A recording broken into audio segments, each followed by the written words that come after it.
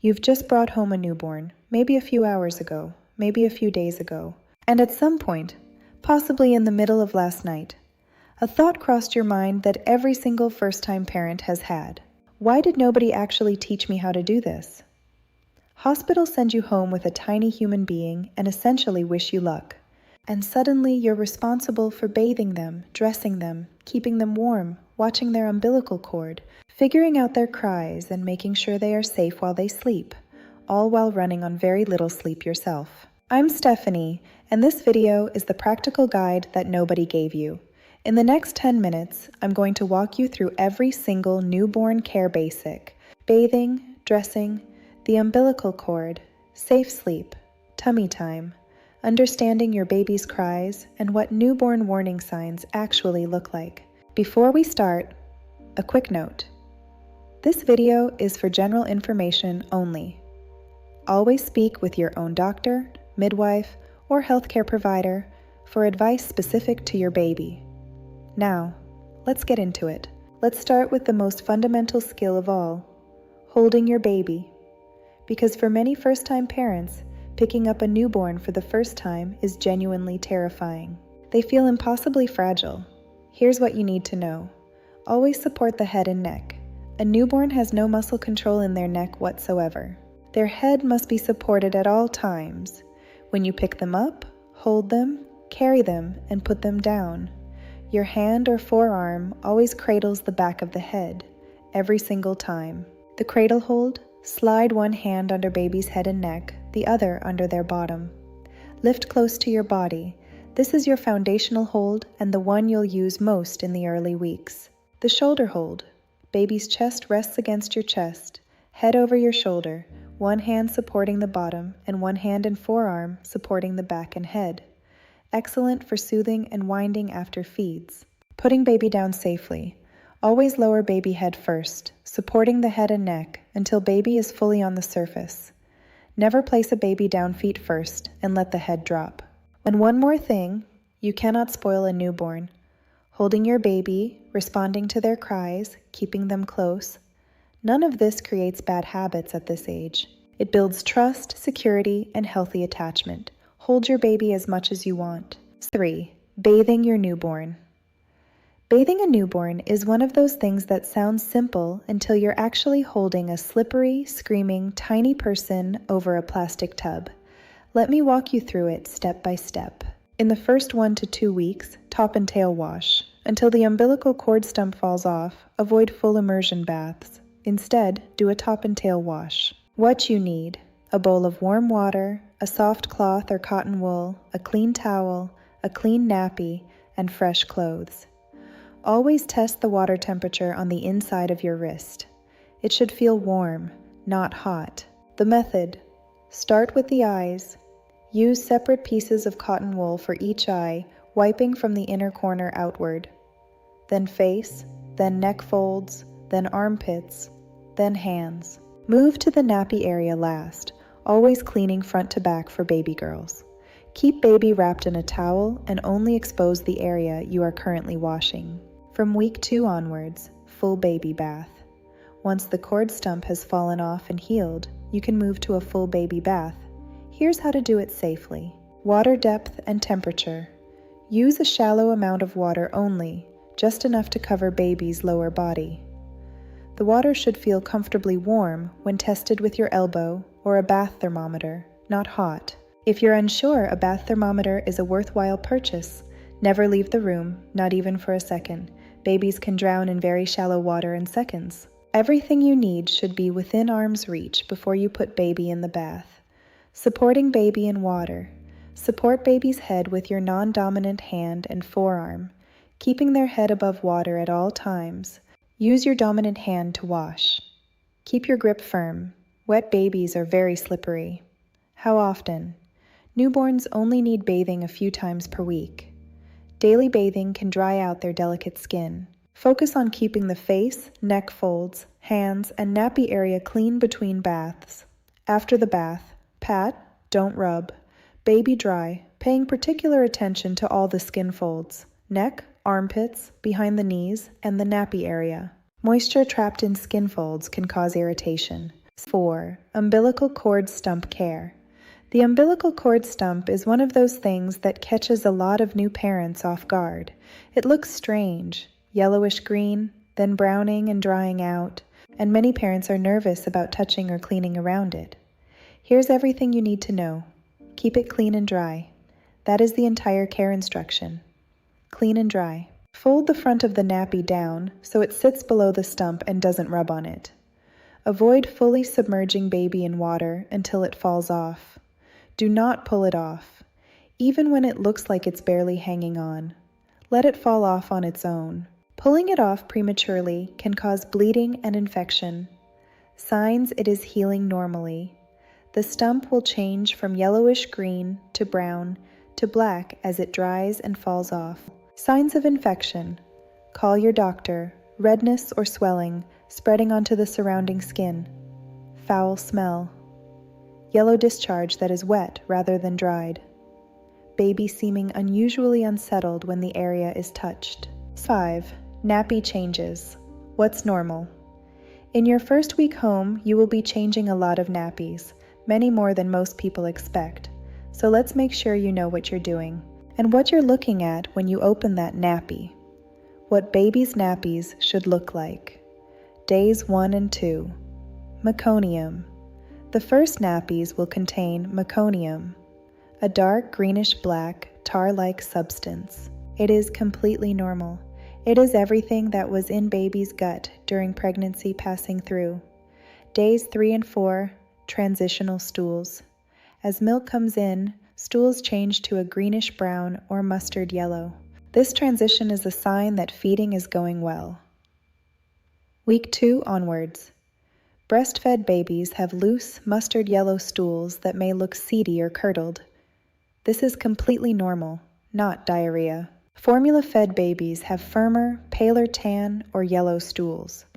Both are normal. Frequency can vary widely between babies. What matters most is that stools remain soft. Nappy change technique. Always clean front to back. For baby girls, always wipe from front to back to avoid spreading bacteria. For baby boys, cover the penis with a cloth during changes as cold air often triggers urination. Nappy rash prevention. Change nappies promptly. Allow the skin to air dry briefly before putting the new nappy on. A thin barrier cream at each change can help if baby is prone to rash. Never leave baby unattended on the changing table. Even newborns can roll or squirm off a raised surface. Keep one hand on baby at all times. 6. Safe sleep. The rules that save lives. I need to talk about safe sleep. Not to frighten you, but because the safe sleep guidelines are evidence-based, they are simple to follow, and they make an enormous difference. The safe sleep guidance is summarized in 3 words: alone, back, cot. Alone. Baby should sleep alone in their own safe sleep space, a cot, Moses basket, or bassinet with a firm flat mattress and a fitted sheet. No pillows, no duvets, no bumpers, no toys, no positioning wedges. A bare sleep environment is a safe sleep environment. Back.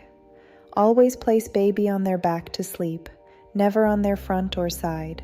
Back sleeping is the single most important thing you can do to reduce the risk of sudden infant death. Once baby can roll both ways independently, they can be left to find their own position. Your healthcare provider will guide you on timing. Until then, back, every time. Cot. Baby's sleep space should be in your room. Room sharing, not bed sharing, is associated with reduced risk. The safest setup is a bedside crib or a cot placed next to your bed. Current guidance recommends room sharing for at least the first 6 months. Check with your healthcare provider for the most up-to-date recommendation in your country. Temperature. Keep the room comfortably cool rather than warm. Overheating is a risk factor. Dress baby in one more layer than you feel comfortable in yourself. Check baby's temperature by feeling the back of their neck or their chest, not their hands or feet, which are naturally cooler. Dummy use. Research suggests that offering a dummy at the start of every sleep may be associated with reduced risk. Speak with your midwife or health visitor about timing, particularly if you are breastfeeding. Bed sharing significantly increases risk. If you have questions about your specific circumstances, particularly around feeding and sleep, speak with your midwife or healthcare provider. 7. Tummy time. Why it matters. Tummy time is one of the most important things you can do for your newborn's development, and one of the most commonly skipped, because babies often dislike it in the early weeks and make their feelings very clearly known. Here's why it matters. Tummy time builds the muscles of the neck, shoulders, back, and core that underpin every physical milestone that follows: head control, rolling, sitting, crawling, and eventually walking. Babies who spend all their time on their backs can also develop a slight flattening at the back of the head, which tummy time helps prevent. Start early. Even in the first week, you can place baby tummy down on your chest for skin-to-skin tummy time. This counts. Baby lifting their head slightly to find your face is the very beginning of neck strength development. Your health visitor can advise on targets appropriate for your baby's age. What to do when baby hates it. Get on the floor at their level and make eye contact. Place a small rolled towel under their chest to reduce effort. Use a tummy time mat with mirrors or high contrast patterns. Keep sessions short and end before baby gets genuinely distressed. Tummy time is supervised time only. Always stay with baby during tummy time. Never leave them unattended on their front. Tummy time is awake and observed only. Sleep is always on their back. 8. Understanding your baby's cries. Your newborn has exactly one way to communicate with you right now, and that is crying. And in those early weeks, every cry can sound the same: loud and urgent and impossible to decode. Here's the good news. Most parents start to distinguish their baby's different cries in the first couple of months. You will get there. In the meantime, here is a practical framework for working through a crying baby. The 5-step checklist. Step 1. Hunger. Is it time for a feed, or has it been a short while since the last one? Try offering the breast or bottle first. Hunger is the most common reason a newborn cries. Step 2. Nappy. Check the nappy. A wet or soiled nappy is uncomfortable and often quick to fix. Step 3. Temperature. Is baby too hot or too cold? Feel the back of the neck. Sweaty means too warm. Remove a layer. Cold to the touch on the chest means add a layer. Step 4. Overtiredness. Newborns can only handle short periods of wakefulness before they need to sleep again. Look for tired signs: yawning, glazed eyes, looking away from you, and start the settling process. Step 5. Discomfort. Wind is a very common source of discomfort. Try holding baby upright over your shoulder and gently patting their back. If baby is consistently inconsolable for long periods, particularly in the evenings, speak to your doctor about colic. 9. Newborn warning signs. When to call a doctor. Clear and direct. Slow down. One of the hardest parts of being a first-time parent is knowing the difference between normal newborn behavior and something that needs medical attention. Always call if you are worried. Healthcare professionals would always rather you call and have it be nothing. These are the signs that always warrant a prompt call to your doctor or a trip to the emergency department. Do not wait and see with any of these. Fever in a young baby. Any fever in a very young baby, particularly under 3 months, is always a medical emergency. Call your doctor or go to the emergency department immediately. For the most up-to-date temperature thresholds and how to measure accurately, follow your healthcare provider's guidance. Measurement method matters, and your doctor or midwife can advise on the right approach for your baby's age. Breathing changes. Breathing that seems consistently very fast or very slow. Grunting with each breath. Nostrils flaring. The skin between the ribs or at the base of the throat pulling inward with each breath. Any blue color around the lips. Jaundice, yellow coloring of the skin and whites of the eyes. Mild jaundice in the first week is common and usually resolves on its own, but jaundice that appears in the first day, spreads to the lower body, or is accompanied by poor feeding and extreme sleepiness, needs medical assessment. behavior changes. A baby who is unusually floppy and very difficult to rouse, or one who is inconsolably screaming in a high-pitched way that is different from their normal cry. Both warrant a call. Feeding and output concerns. If baby is consistently refusing feeds, has gone an unusually long time with no wet nappy, or if urine appears very dark, these can indicate dehydration. Speak with your healthcare provider about what time frames to watch for at different ages. Cord or circumcision site, any significant bleeding, and remember, if something feels wrong, trust that feeling. You know your baby. 10. Dressing your newborn and newborn skin. Lighter, warmer tone after the serious section. Dressing. The one-layer rule: dress your baby in one more layer than you are wearing in the same environment. So if you're comfortable in a t-shirt, baby needs a vest and a baby grow. Envelope neck baby grows. Those flaps on the shoulders of baby grows are not just a design choice.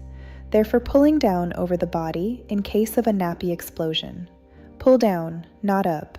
Hands and feet covered in the early weeks. Newborns lose heat rapidly through their extremities. 11. Outro and call to action. Warm, genuine close. Slow down. Make this feel personal and encouraging.